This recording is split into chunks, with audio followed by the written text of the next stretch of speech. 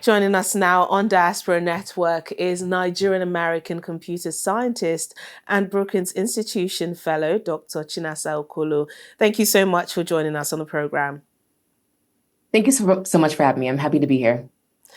Firstly, congratulations on being recognized as Time's 100 most influential people in artificial intelligence.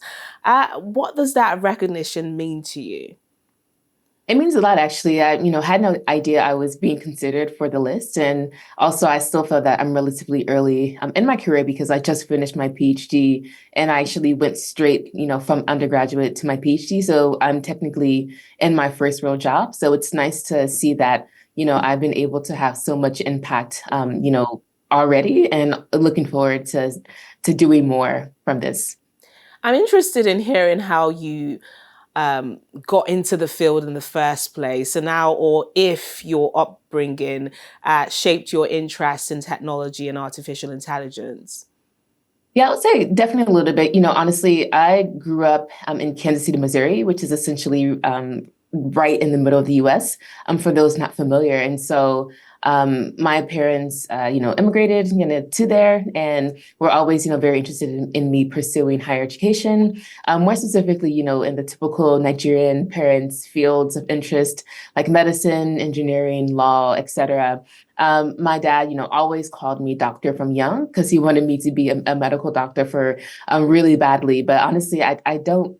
That wasn't my interest, honestly, but I, had a natural interest in technology just because it was always around me, and fortunately was able to participate in computer camps and, take computing courses throughout school. And so this had gave me a natural interest in technology. And then also just with that, somewhat pressure, of, medicine around me, I also kind of geared to combining my interest in technology and understanding how it can advance, medicine and healthcare in general. And then, around the time I was in my senior year of undergrad, AI was really coming around again after we had been in, what people call an AI winter. And so I was like, oh, okay, this makes sense for me to, combine these. And then I was able to add in the human-centered side of computing into it as well. And I know you say that you're still pretty early in your career, but was there or has there been a defining moment, would you say, that, has led you to say, yes, this is what I want to focus on? Yeah, I would say for me, when I was a PhD student in my second year, and I really was able to settle down or hone in on the kind of research that I wanted to do. And essentially, it's centered around a field called Information and Communication Technologies for Development, or ICTD. And so essentially, leveraging technology to help those, in the global south, or what people commonly refer to as developing countries. And so knowing that I had, this background of growing up as a Nigerian American, with honestly most of my family still being in Nigeria and seeing the issues that they face on a daily basis, understanding how I could leverage my excuse me, and also my expertise into addressing these pressing development issues. So I would say that was probably the time I knew that this was the field and career for me. And what are some of the challenges you faced? Not just, looking at you as a Nigerian, but a woman working in a highly technical and predominantly male field. Yeah, honestly, sometimes I always feel like I didn't necessarily have many explicit, challenges, but a lot of things are implicit. You may be surrounded by, mostly men in your classrooms, and you may feel intimidated because a lot of times they tend to group up with each other. And then, there are other times where you may be in a classroom or, in a meeting or, research meeting, for example, and you'll say something and someone else will kind of like latch out to that and say it louder than you and get all the credit. And so these things have happened, but honestly, they haven't necessarily deterred me from staying in this field because I would say just through my upbringing, excuse me, I was always, raised to be very determined and, knowing that even from my first year of undergrad, I knew that I wanted to pursue a PhD and nothing was going to stop me. And so that was, something that always led me, or kept me going. And let's talk about a bit about your research now. How do you think AI can be used to address unique challenges, of course, in Nigeria and other developing countries? Also, you always raise awareness about also the potential risk of AI as well. Yeah, so for me right now, my research is primarily focused on AI and data governance issues within the African context. And when I get asked, these questions, I'm always cautious, hype AI just because we've seen that right now it's only benefiting a few companies and also people that live in countries that have, more access to these devices or to, excuse me, technological devices and also to these AI technologies in general. And so my focus right now was understanding how African governments, particularly and those in other countries within the global South, can leverage AI. And so I think right now there has to be a focus on advancing these critical development problems, so focusing on infrastructure, creating a stable electricity grid, which is essential for AI development and also to allow people to engage with these AI technologies. And so as we, make progress towards this, I think some of the benefits will obviously trickle down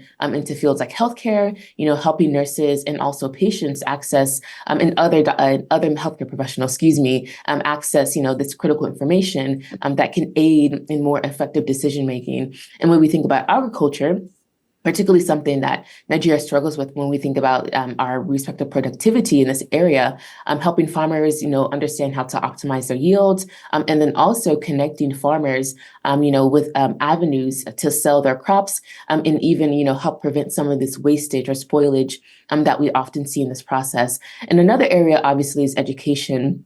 Helping, students gain access to more personalized tutoring, but also providing educators with more resources and helping to balance their respective workloads as well. And what are some of the, projects you're currently working on with regards to that or have recently completed?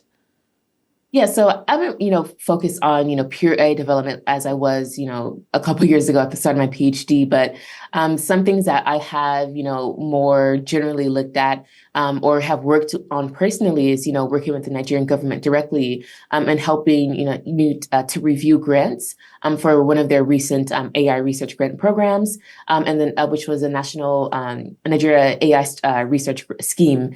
And then so this provided around, I believe, like 5 million naira or so in grants, to different, or I think it's a bit more, to each. To different organizations.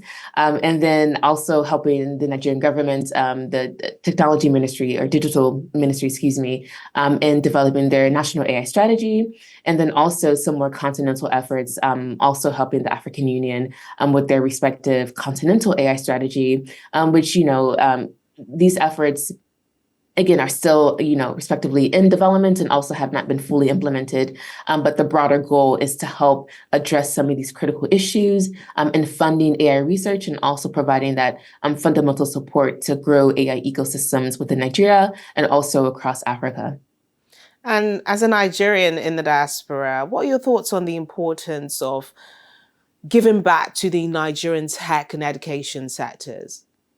I think it's, very important. I've been fortunate, to grow up relatively privileged. And I think for me that I always had a desire to center my career within Nigeria and also within just Africa more broadly. And so I'm so fortunate that I've been able to engage directly with the Nigerian government and also, with the African Union and want to do more, particularly back home in Anambra, where my family is from and where, I am from technically. And so I definitely want to find more opportunities to engage and continue to help out in any way I can. And just finally, any advice for young Nigerians aspiring to careers in technology, particularly, artificial intelligence?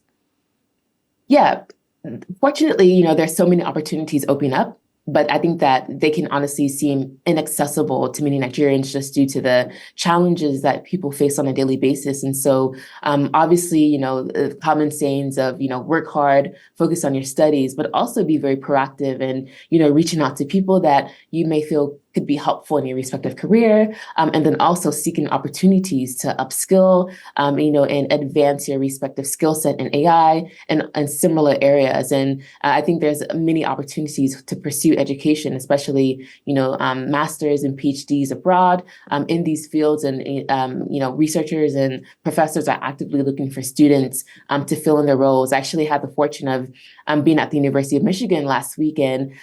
There's a professor in the AI lab there that is recruiting and has Nigerian students in her lab. And I think there's much potential for this to grow and increase. And so definitely, focus and work hard on your studies.